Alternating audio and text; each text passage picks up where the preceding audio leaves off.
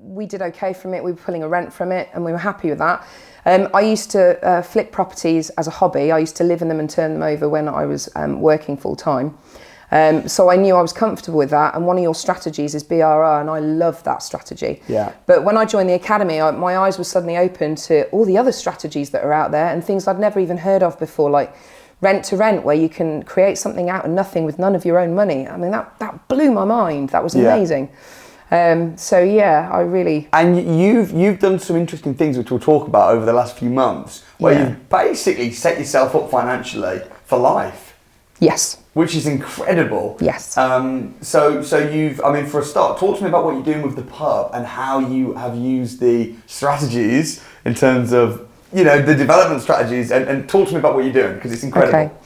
So the pub's got a really, really big garden, and it is still a little bit derelict and run down. So before COVID, we were taking the money and we were slowly renovating the pub. But people think, oh, you know, why haven't you just done it? Well, the problem is it takes a lot of money and time. And when you're open 15 hours a day, you don't have the time to do it. And then, of course, it's late at night. You can't, because your neighbours are there. And obviously we're surrounded by a residential area.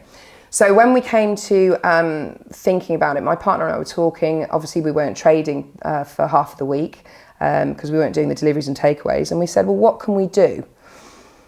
And we kept coming back to our back garden, which used to be used for a long time ago. It was used as a court. Now it's just a garden.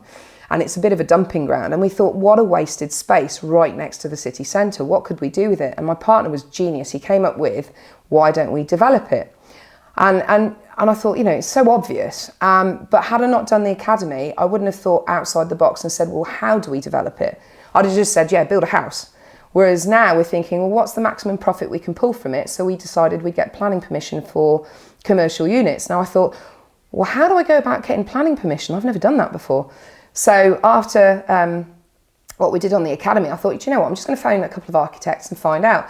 And the first architect was brilliant, told us what we could do, came out, viewed the property, did a few sketches, and before we knew it, yeah, we've got planning permission for 5 commercial units on our back garden. That is incredible. Brilliant. And not only are you going to be able to, you know, obviously add value to the pub doing that, but that's going to give you an extra revenue Rental stream. income, So yeah. how much revenue will that produce each month? Cash flow profit.